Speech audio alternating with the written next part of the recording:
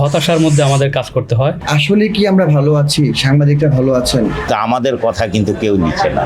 সাংবাদিকদের ম্যাক্সিমামের চিকিৎসা হয় সরকারি হাসপাতালে। সাংবাদিকরা কেমন আছেন বিভুদার এই চলে যাওয়া থেকেই আমরা বুঝতে পারি। সংবাদকর্মীরা সমাজের ভালো মন্দ সকল বিষয়গুলো সাধারণ মানুষের কাছে তুলে ধরলেও তাদের বাস্তব জীবনের কথাগুলো কখনোই তুলে ধরা হয় না। মৃত্যুর আগে একটি খোলা চিঠিতে যেমনটি লিখে গিয়েছেন প্রয়াত সাংবাদিক বিবরঞ্জন সরকার।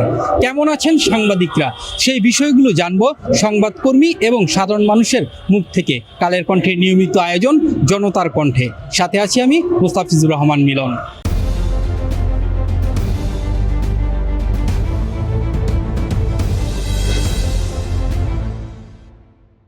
আমরা যারা সাংবাদিকতা করি আমাদের মানুষের কথাগুলো আমরা তুলে ধরি, কিন্তু আমাদের যে কিছু দুঃখ দুর্দশা বা সাময়িক অনেক ধরনের আর্থিক সমস্যা থাকে, এগুলো আমরা কাউকে বলতে পারি না।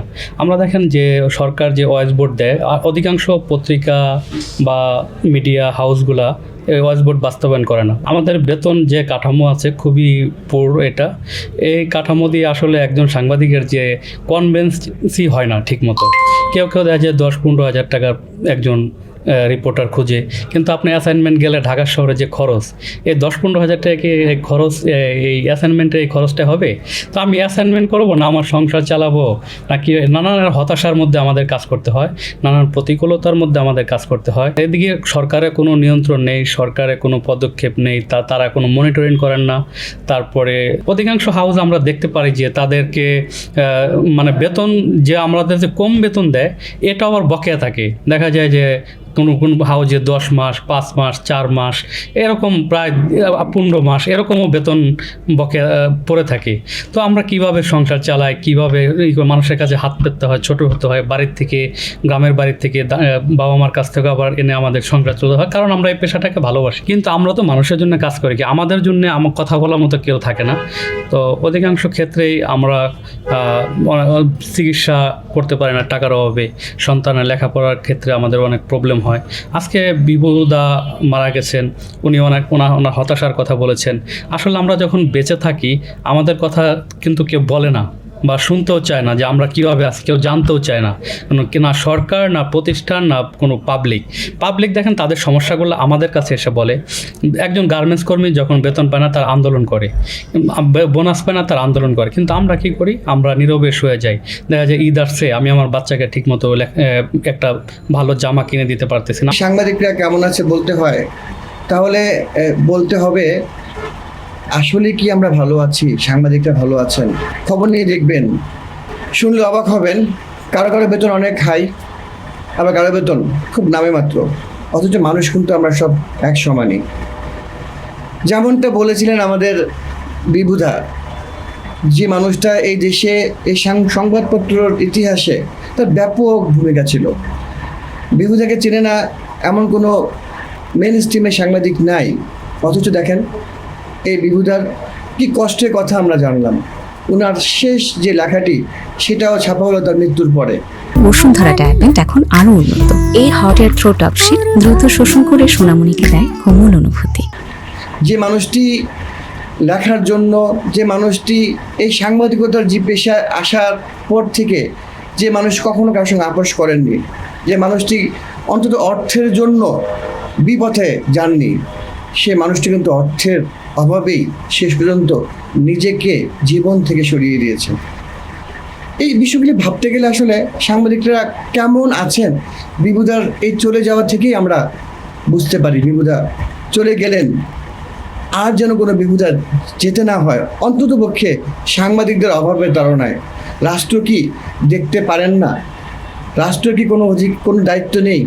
আর যারা বিভুদার মতো সাংবাদিকতা করেই সংসার চালান, তারা কি মানুষ নন? তাদের কি পেট নাই? তাদের সংসার নাই? বিভুদারা কিন্তু নষ্ট হয়ে যাননি, নিজের জীবন থেকে চলে গেছেন, কিন্তু শিখিয়ে গেছেন কিভাবে মানুষের বিবেককে, মানুষের মনেরকে জাগাতে হয়। আমি বিভুদার বিধিয়াত্মার মাগফিরাত কামনা করি, আল্লাহ ওনাকে মাফ করুন। কিন্তু আমি চাই অন্তত পক্ষে সাংবাদিকতা করতে গিয়ে যাতে মানুষকে এইভাবে অভাবের তাড়নায় ধুকে ধুকে মরে যেতে না হয়, চলে যেতে না হয়, আর কোনো বিভুধার এইভাবে সাংবাদিকতার জীবনে এসে জীবনের সর্বোচ্চটা দিয়েও চলে যেতে না হয়। একজন সাংবাদিক যখন অসুস্থ হয়ে হাসপাতালে ভর্তি হয়, তার কিন্তু বেসরকারি খাতে চিকিৎসা করার মতন তার টাকা থাকে না। সাংবাদিকদের ম্যাক্সিমামই চিকিৎসা হয় সরকারি হাসপাতালে। আমরা অন্যের আর্থিক অভাব, অনটন, সামাজিক দৈন্যতা, আর্থিক দৈন্যতা, সমাজের ভালো কিছু দিক, রাজনৈতিক ভালো দিক, খারাপ দিক, সব দিকগুলি আমরাই লিখি, কিন্তু আমাদের কথা কিন্তু কেউ লিখে না। একজন গার্মেন্টস শ্রমিক তার বেতন ভাতার জন্য আন্দোলন করছে, ঈদের বোনাসের জন্য রাস্তা অবরোধ করছে, সেই কথাটা কিন্তু আমরাই লিখি। আমরাই কিন্তু ভিডিও ফুটেজের মাধ্যমে টেলিভিশন চ্যানেল বা অনলাইনে আমরাই কিন্তু প্রচার করি, আমরাই কিন্তু প্রকাশ করি।